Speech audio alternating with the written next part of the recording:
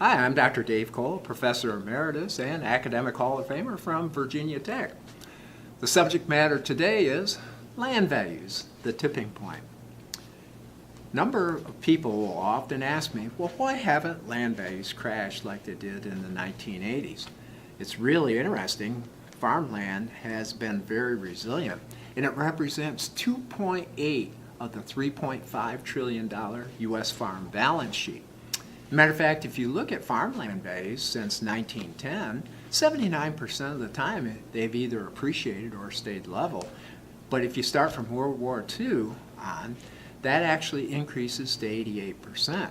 Now back to the point, why haven't they crashed?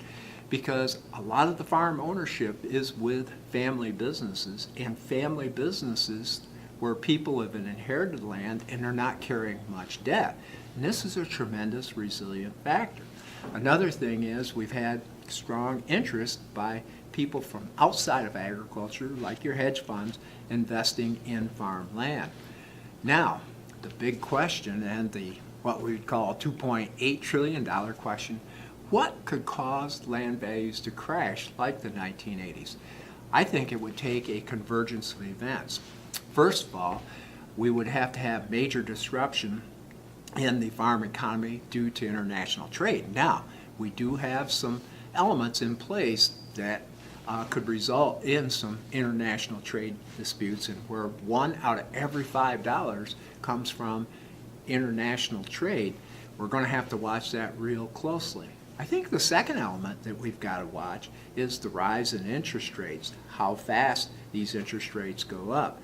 And historically, a rise in interest rates creates a strong dollar, and a strong dollar kind of constrains agricultural exports.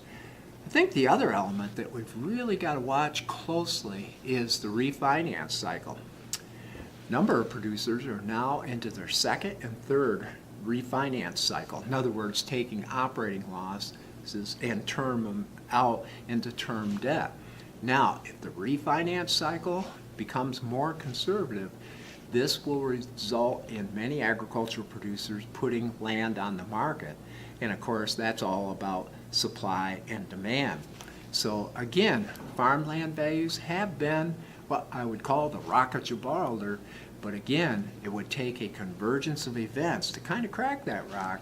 And it's going to be interesting now that we are 5 to 6 years in this economic down cycle, how much longer they can remain at their resilience on a strong balance sheet, which is critical to the health of the United States agriculture. See you the next time.